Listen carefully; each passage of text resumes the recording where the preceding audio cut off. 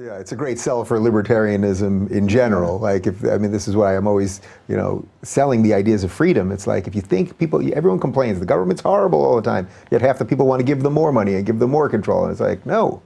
Do the opposite. Yeah, you don't starve them, but let's try it that way.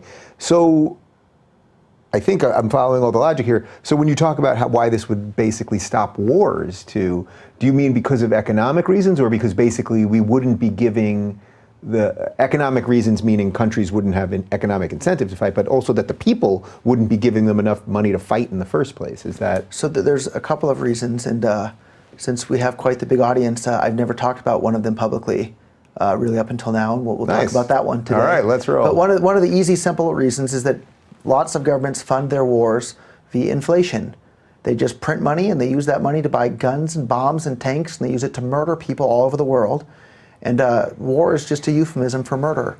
You're killing, sometimes some bad people get killed, but for the most part, innocent civilians are getting killed all over the world. And let's say somebody came in here and stole my wallet and ran off down the street. If I started chasing them down the street and shooting guns, and I shot a dozen innocent people that didn't steal my wallet, and I said, oh, it's okay because I was trying to get the bad guy who stole my wallet, I would go to jail for being a murderer, for killing all those innocent people. So let's take for granted, let's say Saddam Hussein was a really bad guy who deserved to be killed.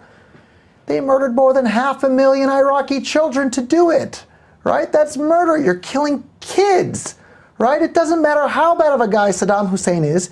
You don't go and kill a bunch of kids to get him.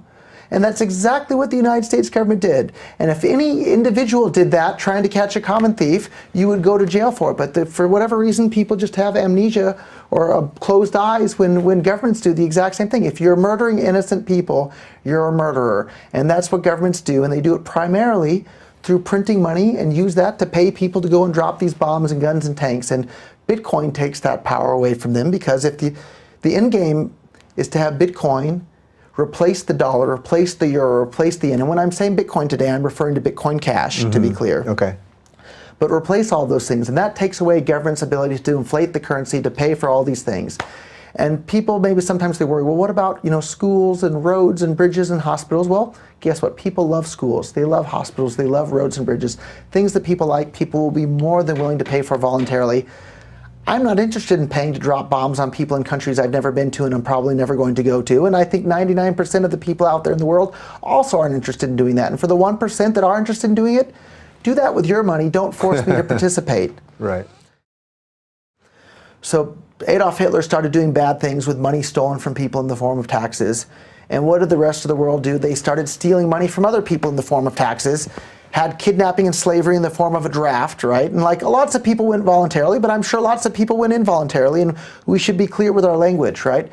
The draft is the moral equivalent of kidnapping and slavery. They're literally kidnapping people and enslaving them and sending them off to some far-off land to fight against their will. And if they don't do that, they go to jail, and half the time when they go off to the far-off land, they get killed as well. So the draft is the moral equivalent of kidnapping and slavery. So Adolf Hitler is a bad guy. Everybody agrees with that. Almost everybody. But then the rest of the governments around the world start going and doing all this crazy bad stuff. Well, what would happen if we had this online anonymous digital cash in which people could pool their resources and set up a betting pool? And anybody that correctly predicts the right day that Adolf Hitler dies can anonymously collect this, millions of dollars in anonymous digital cash that people all chipped in, $1 here and $1 there and $10 here.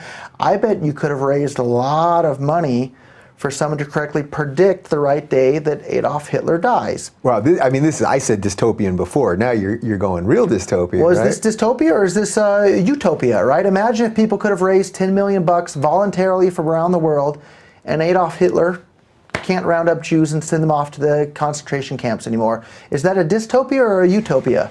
Well, it's right. So it's a utopia in this explanation. There's a piece of me, and I love all these dystopian movies, which is why I can go down this road in all kinds of different ways. There's a piece that's sort of like, wow, you could really end up creating some insane vigilante system where it's not just Hitler that's going to be taken out, but anybody that gets smeared by the media or whatever, and then this is constantly happening to people that actually don't deserve it. So that would be the dystopian part. But in this part, so I've been thinking about this for more than a decade, since before Bitcoin. And Yeah, it's scary. You know, we don't want to see, you know, Justin Bieber or people like that having bad things happen to them.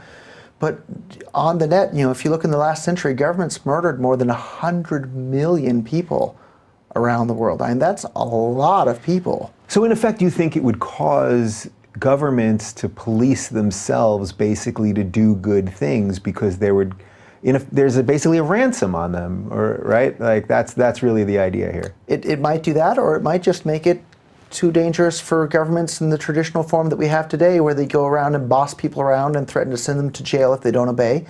Maybe it'll make that sort of thing not possible. And as a voluntarist, I think all human interaction should be on a voluntary basis. Starbucks asks me to buy their coffee. They don't tell me to buy their coffee. If I decide I don't want to buy Starbucks coffee, nothing bad happens to me at all. But if I decide I don't want to pay for Obamacare, if I was a U.S. citizen living in the United States, I would go to jail for not doing it. If I think health insurance through Obamacare is a good idea, I'll pay for it myself. I don't need to be forced at the point of a gun or with the threat of being sent to jail to participate in that sort of thing. And that's what governments are. The very definition of government is a monopoly on the use of force, and they're forcing people to do things against their will. And if you think forcing peaceful people to do things against their will is a bad thing, you should be opposed to the state. And I don't know what the end effect of the invention of cryptocurrencies will be on governments, but I'm sure it will vastly, vastly, vastly limit their power.